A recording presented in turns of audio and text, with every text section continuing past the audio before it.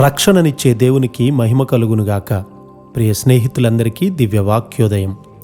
ఈనాటి పాఠ్యభాగము నిర్గమాకాండము 14-13. అందుకు మోషే, భయపడకుడి, యెహోవా మీకు నేడు కలుగజేయు రక్షణను మీరు ఓరక్క నిలుచుండి చూడుడి. మన దేవుని ఎడల మోషేగారు కలిగి ఉన్న నమ్మకము అసాధారణమైనది. ఈ ఒంటరి భక్తుడు విచిత్ర పరిస్థితుల ద్వారా పోవలసి వచ్చింది. అతనిని ప్రోత్సాహపరిచి సంతోషపరిచేవారు ఒక్కరూ కూడా లేరు. ప్రభువైన యేసుక్రీస్తు వారు కొంతకాలము అరణ్యము నుండి సేవ కొరకు ఎలా బయలుదేరారో అదేవిధంగా దేవుని పిలుపునందుకొని మోషేగారు కూడా అరణ్యము నుండి బయటకు వచ్చారు. మోషేగారు అరణ్యంలో ఏకాంతముగా గడిపిన జీవితంలో దేవుని నుండి అనేక విషయాలు నేర్చుకున్నారు. పాత అలవాట్లన్నీ మర్చిపోయారు. మనం కూడా అనేక విషయాలను నేర్చుకొని అనవసరమైనటువంటి విషయాలను విడిచిపెట్టాలి. మన దేవుడు ఎంతో గొప్ప దేవుడు. ఆయన దగ్గరకు వచ్చి ఆయనను పరిమితం చేయొద్దు. ఆయన గొప్ప ప్రణాళికలతో ఇమడడానికి తగినదాన్ని నీలో దేవుడు కలిగి ఉంచాడు. యేసుక్రీస్తు వారి ద్వారా మనలో దేవుడు కార్యము జరిగిస్తారు. మనము ఆయనకు గొప్పవారముగా కనబడుతూ ఉన్నాం.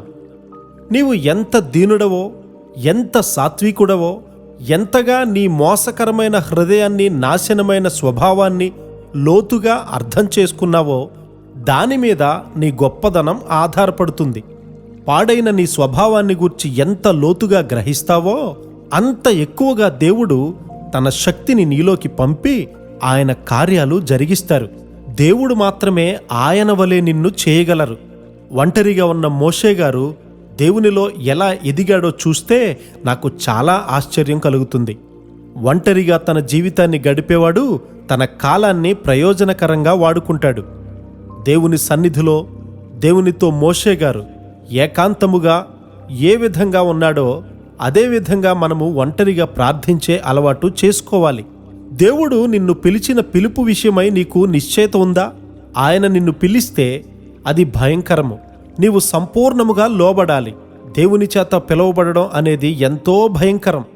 ఎందుకంటే నీవు అందుకోలేనంత గొప్ప అవసరతలున్నాయి. మనము అతి జాగరూకులముగా, దీనులముగా ఉండాలి. మనము నడుస్తున్నప్పుడు ఎంతగా ప్రార్థించగలము?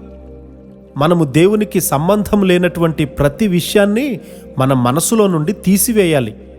మనలోని ఆత్మ దేవునికి సేవ చేయాలని కోరుకుంటుంది. కానీ దేహము తన స్వంత మార్గంలో పోషించుచు ఆత్మకు ఆటంకం కలిగిస్తుంది. కానీ ఆత్మ దేహాన్ని అదుపులో ఉంచితే నీయందు దేవుడు మహిమపరచబడతాడు. మన జీవిత పోరాటాలన్నిటిలో ఆయన యొక్క విడుదల కొరకు దేవుని ఎదుట వేచియుండే హృదయాన్ని మనందరికీ దేవుడు అనుగ్రహించునుగాక. ఆమెన్.